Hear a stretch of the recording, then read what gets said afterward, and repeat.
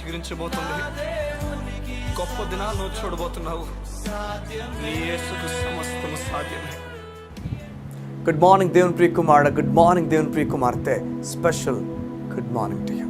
ఈ ఉదయాన్న దేవుడు నీకు ఒక వాగ్దానం చేస్తున్నాడు. నీకు వాగ్దానం పలుకుతున్నాడు నీ పట్ల. యెషయా 54:10 ఈ విధంగా ఉంది, పర్వతములు తొలగిపోయినను, మెట్టలు తత్తరినను, దేవుని కృప నేను విడిచి వెళ్ళిపోతానే. అవును, పర్వతములు తొలగిపోయినా, మెట్టలు తత్తరిన, నా కృప నేను విడిచి వెళ్ళిపోదని, సమాధాన విషయమైన నిబంధన తొలగిపోదని దేవుడు చెప్తున్నాడు. అవును సంగమా, పర్వతాలు చూడండి, ఈ భూమి మొదలైన ప్రారంభం నుంచి పర్వతాలన్నీ మీకు కనిపిస్తూనే ఉన్నాయి. దేవుడు పలికినప్పుడు ఉన్న పర్వతాలన్నీ ఈ రోజుకి ఉన్నాయి. చూడ, అవి ఆ పర్వతాలు తొలగిపోవచ్చట, మెట్టలు తత్తరిల్లిపోవచ్చట, కానీ దేవుడు నీపైన చూపిస్తున్న కృప మాత్రం ఆయన విడిచిపోదని చెప్తున్నాడు. నీకు చెప్తున్నాడు, కృప అన్న మాటకు అర్థం అర్హత లేని వాటిని దేవుడిని కలుగు చేయడం.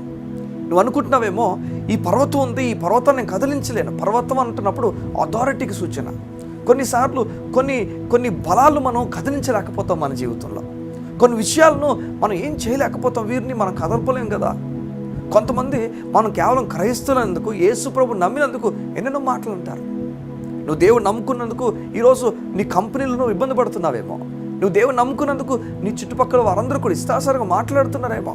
ఈమా పరిశుద్ధురాలు అని చెప్పి కొంతమంది ఇష్టాసారమైన మాటలు ఈ లోకం మాట్లాడుతున్నా, సగమ విను, ఆ కొండ ఒకరోజు కదిలిపోవచ్చేమో కానీ దేవుని కృప నీ పట్ల ఎన్నడూ కదలదు. అవును, నిజమే. ఈరోజు దేవుడు నీకు చెప్తున్నాడు, ఈ లోకంలో ఎన్నో అపాయాలని కలుగుతున్నా దేవుని కృప నీకు తోడుంది. అర్హత లేని విషయాలు జరగబోతున్నాయి. నీ ఎడ్యుకేషన్ బట్టి కాదు, నీ క్వాలిఫికేషన్ బట్టి కాదు, నీవు చదివిన చదువు బట్టి కాదు, కానీ దేవుడు తన కృప బట్టి నడిపించబోతున్నాడు. బ్రదర్, ఎలా అవుతుందండి కృప బట్టి? ఎలా జరుగుతుందండి? చూడండి, మన ప్రారంభమే, మన ఈ లోకంలోకి రావడమే దేవుని కృప అండి. దేవుని కృప బట్టి ఈ లోకంలోకి అడుగుపెట్టాం.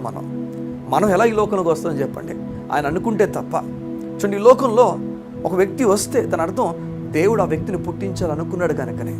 ఇది దేవుని దయ, దేవుని కృప మాత్రమే.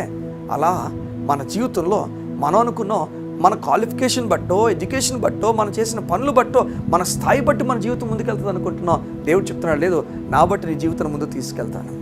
పర్వతములు తొలగిపోవచ్చట, మెట్టలు తత్తరిల్లిపోవచ్చట, కానీ దేవుడు నీపైన చూపించబోతున్న కృప నేను ఎప్పుడు విడిచిపెట్టి వెళ్ళిపోతాను. ఏం చెప్తున్నా అంటే, ఎంతో కాలం నుంచి ఉన్నవి అవి మరుగైపోవచ్చేమో, కానీ నీపైన ఉన్న దేవుని కృప మరుగైపోదు.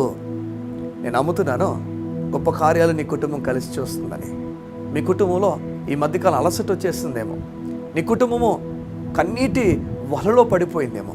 దేవుడు మీ కుటుంబాన్ని కన్నీటి వల నుంచి బయటికి తీసుకురాబోతున్నాడు. నూతన దినాలు ఇవ్వబోతున్నాడు. నూతన కార్యాలు జరుగుతున్నాయి.